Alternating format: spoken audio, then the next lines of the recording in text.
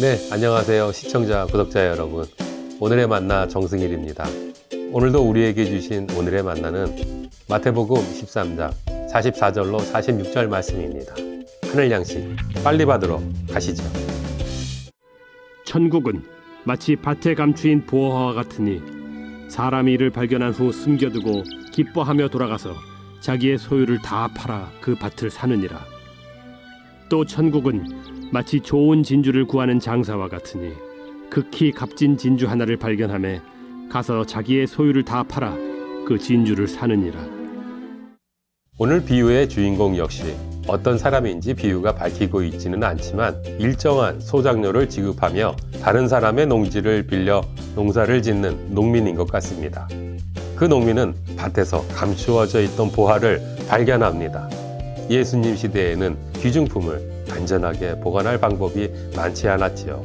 그래서 보물을 땅에 파묻는 것이 재산을 지키는 편리한 방법이었다고 합니다. 그리고 그렇게 땅에 묻혀 있던 보화를 발견한 사람이 소유하게 되는 건 역시 법적이나 도덕적으로 큰 문제가 아니었던 시대인 것으로 보입니다. 이 비유 속의 사람은 밭에서 보화를 발견했고 혹시 있을 소유권 분쟁을 방지하기 위해 아예 자기 소유를 다 팔아 그 밭을 사버렸다고 예수는 말씀합니다. 예수는 이 비유의 의미를 강화하기 위해 비유 하나를 이어 말씀하시죠. 이 사람은 보석을 취급하는 도매상인이었던 것으로 보입니다. 그는 품질이 좋은 진주를 구입해 되팔기 위해 이 도시 저 도시를 다닙니다. 질이 좋은 진주의 가치는 어떤 값진 보석에도 뒤지지 않았고 진주는 또한 재산을 보관하거나 운반하기 쉽게 해주는 수단이기도 했습니다. 그러다 이 상인은 정말 최상급의 진주를 발견하게 되고 자기 소유를 다 팔아 이 진주를 삽니다. 그렇다면 이 비유들의 의미는 무엇일까요? 오늘 우리에게 주시는 비유의 말씀, 그 말씀 속으로 바로 출발하겠습니다. 우리는 이 두 비유, 그리고 우리가 지금 살펴보고 있는 마태복음 13장의 비유 대부분이 이 단어로 시작한다는 점을 잊지 말아야 합니다. 천국은, 그러니까 지금 예수께서는 천국, 하나님 나라의 가치를 이 두 비유를 통해 일깨워주고 계신 것입니다. 그렇다면 이 비유는 하나님 나라의 가치에 관한 것입니다. 우리가 무엇을 얼마나 소중히 여기는가는 그것을 위해 어떤 대가를 지불하느냐를 보면 알 수 있죠. 오늘 비유에서 밭에 묻혀있는 보화를 찾아낸 사람과 값진 진주 하나를 발견한 사람이 한 행동을 묘사하는 공통된 표현이 있습니다. 자기 소유를 다 팔아. 이 사람들은 자신이 가진 모든 것을 다 팔아서 그 밭과 진주를 삽니다. 그것으로 이들이 그 가치를 알고 있다는 것을 증명한 것이지요.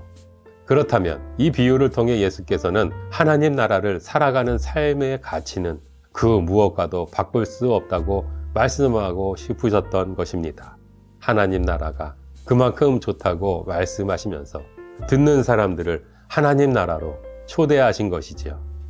오늘 비유에 등장하는 두 사람은 무엇인가의 가치를 아는 사람이었습니다. 밭에 묻혀있던 보화의 가치, 그리고 정말 귀한 진주의 가치. 이들은 가치를 알아볼 수 있었기에 그것들을 가질 수 있었습니다.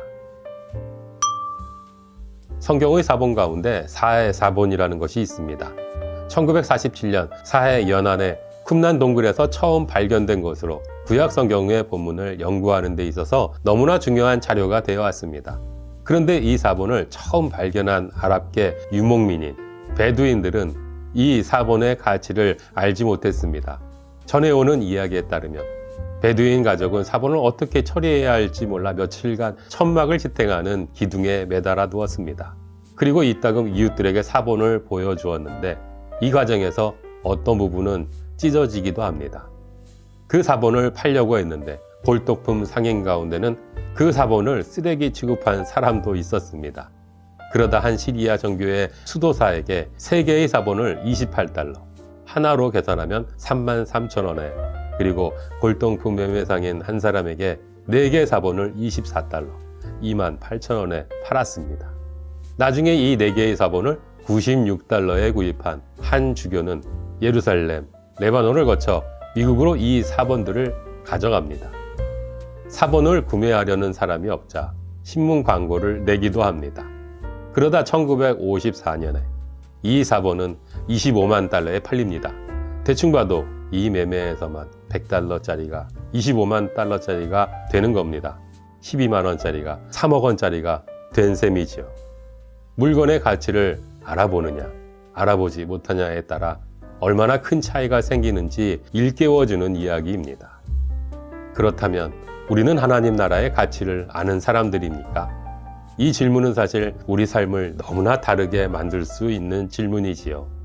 우리는 모두 스스로를 기독교인, 그리스도인이라 규정하는 사람들입니다. 하지만 그리스도인으로 사는 삶을 얼마나 기쁘게 의미 있게 살아갈 수 있느냐의 차이가 바로 여기에 있습니다. 나는 하나님의 가치를 아는가? 모르는가? 오늘 비유해보면 밭에 숨겨진 보물을 발견한 사람은 우연히 발견합니다. 하지만 좋은 진주를 발견한 사람은 찾아다니다가 만납니다. 우리에게 이 두 가지 현상이 모두 일어납니다.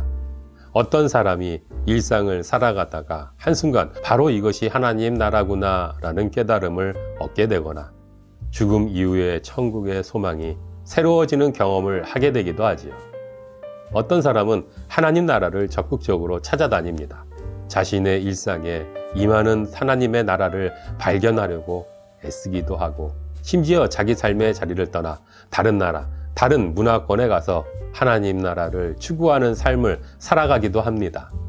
하나님 나라가 너무 좋아서 자기 삶 전체를 그 나라를 위해 헌신하는 사람들도 있습니다.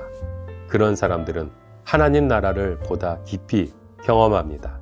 예수께서는 구하는 이마다 받을 것이요 찾는 이는 찾아낼 것이요 두드리는 이에게는 열릴 것이니라 라고 약속하셨습니다. 이 가르침은 기도에 관한 가르침일 뿐 아니라 구원에 대한 가르침입니다. 우리가 구원을, 하나님 나라를 추구할 때 하나님은 우리에게 그 구원을 이루신다는 것입니다. 인터서브라는 선교 기구가 있습니다. 130년이 넘는 시간 동안 주로 아시아와 아랍 지역에서 하나님 나라를 확장하는 부르심을 감당하고 있습니다. 이 선교의 파트너 선교사로 여러 지역에서 헌신하고 있는 사람들의 이야기를 묶어놓은 책입니다.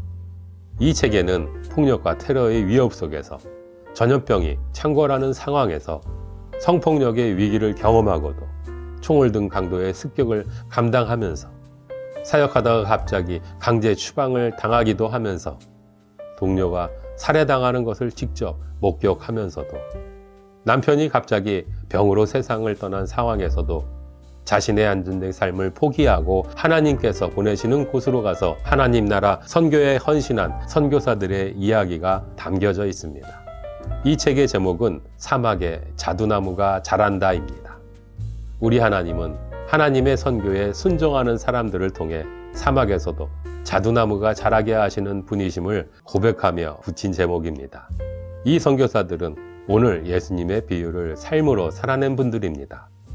이분들은 하나님 나라의 가치를 알았고 그래서 자신들이 감당할 수 있는 대가를 기꺼이 지불한 것이지요.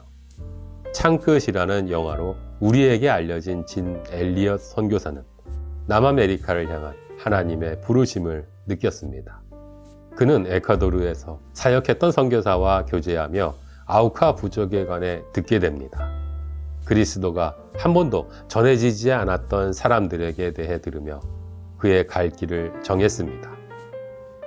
1956년 1월 엘리웃과 4명의 선교사가 에콰도르 동쪽에 있는 쿠라라이 강가에 착륙했습니다. 이틀 뒤인 1956년 1월 8일 5명 모두 아우카족 전사들에게 창과 도끼로 죽임을 당하였습니다.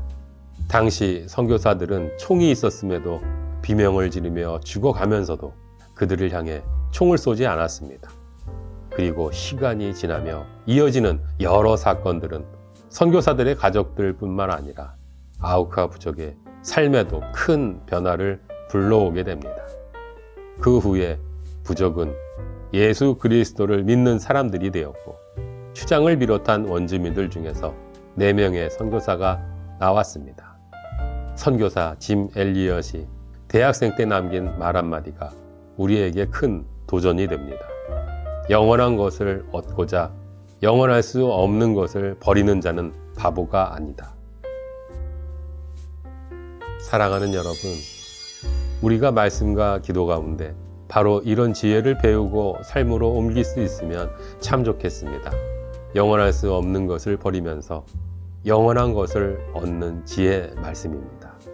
우리가 죽어서 가게 될 저 천국, 그리고 우리가 살아서 경험하는 하나님 나라, 모두 우리가 기꺼이 영원할 수 없는 것을 포기할 만한 가치가 있음을 하나님은 성경을 통해 분명히 우리에게 일깨워 주십니다. 우리가 그리스도인으로 살면서 이 땅에서도 하나님 나라를 살아보지 못하고 죽어서도 하나님 나라에 가지 못한다면 정말 비극이 아닐 수 없지요. 오늘 내 삶 속에 영원할 수 없는 것을 조금씩 버리면서 영원한 것을 얻어가는 우리 모두가 되시길 주님의 이름으로 당신을 축복합니다. 하나님 나라를 추구하며 살아가시는 한 주간의 삶이 되시길 소망하고 기도합니다. 다음 주에 만나 뵐 때까지 건강하시고 꼭 행복하십시오. 감사합니다.